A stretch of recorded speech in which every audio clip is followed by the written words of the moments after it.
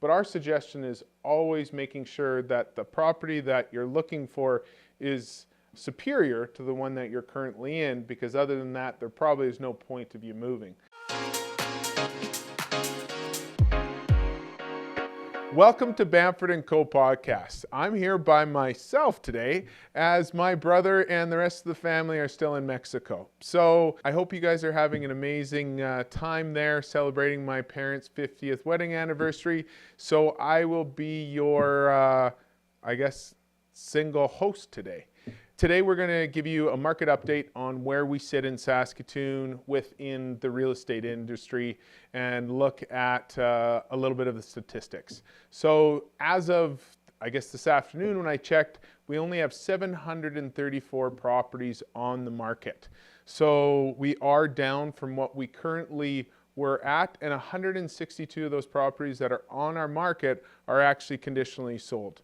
We see this decreasing, the amount of listings decreasing over the next months, especially going into December, closer to Christmas, and then in January. So that doesn't help buyers out there. It's still a seller's market, so properties, if they're priced accordingly and they are newer and don't need a lot of work, they're selling for multiple offers and usually on average within 10 days. So that kind of gives you an idea of where we sit right now in our market, and I don't think that's actually going to change. An interesting fact that we pulled was that we're actually getting this year on average 2,983 people moving out of the province and 1,754 moving within the province. So we have a lot of people moving out of our city, but we have a lot of people relocating from rural areas back into Saskatoon, which also is, making our market that much harder to get into because we have a lot of people coming. We're forecasted to see about a 12,000 to 14,000 increase within the city of Saskatoon within the next year. Some of the most sought after neighborhoods are usually in those property prices under about 450,000. So that would be a lot of the neighborhoods like Hollitain, Holliston, and also Stonebridge, Rosewood, and so forth. One of the, styles of homes that is probably taking the longest to sell are usually character homes. So those are located in Varsity View, Newton, and so forth. I think the reason is just that they're a lot older and they have sometimes some things that need more upkeep than some of the newer properties. Most of these neighborhoods I'm mentioning that is like Adelaide Churchill, Newtana Park, and so forth. Most of these properties are in the 50s, 60s, and moving into the 70s. The new neighborhoods, you're looking at Rosewood, Stonebridge, Willow Grove, and even Hampton Village. These properties are still moving really fast too. It just depends on how they're priced. I do believe people are getting maybe a little bit high on their prices, and in result, the properties are staying on the market a little bit longer than what they normally would be. Many properties are still going into multiple offers, and some of these prices get a lot more than what we should probably look at as what market value is. But it all depends on how long somebody has been searching and what they're exactly looking for. So somebody might be searching for 2 years and they've been looking for example, a bungalow with a triple car garage that's backing a park, and they haven't found it within that timeline. If they find themselves into then a multiple offer scenario, they a lot of times will pay a lot more for the person that's just started looking.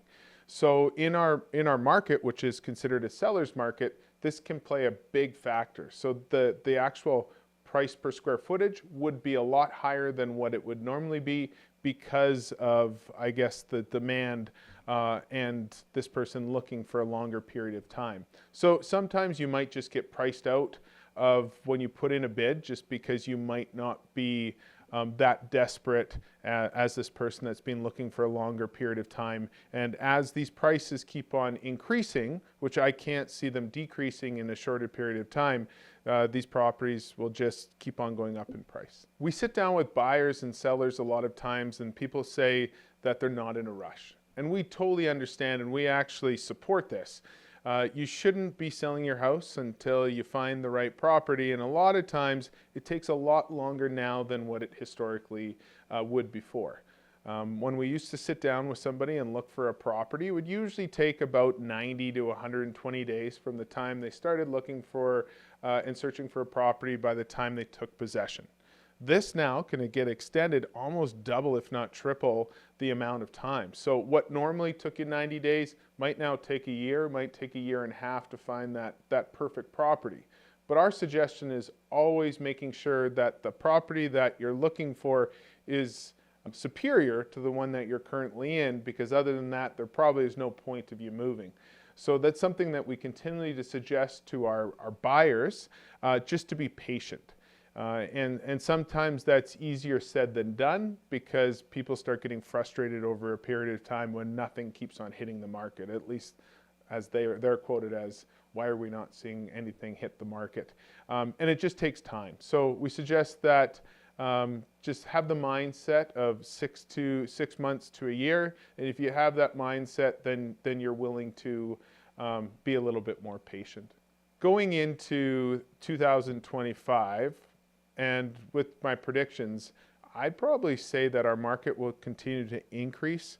Affordability is going to be a little bit harder, because actually the amount of properties is actually decreasing from the new builder's perspective. So you have less properties coming to market, more being built into the rental pool, which usually takes 2 or 3 years, especially in apartment building scenarios. So from our thoughts, that we'll continue to see a decrease in available inventory.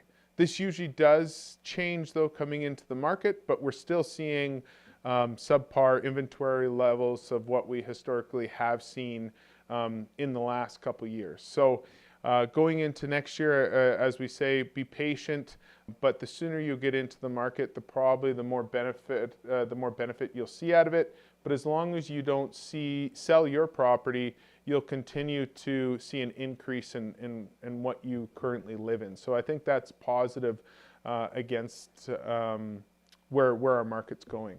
So with that being said, I want to thank you for joining us on another podcast. Hopefully my brother and other guests come back soon.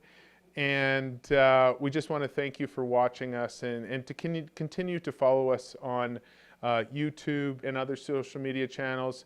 I do believe that we are on different now podcast channels, so we'll keep you updated into that into December. So thanks again for joining us. I hope you have an awesome day.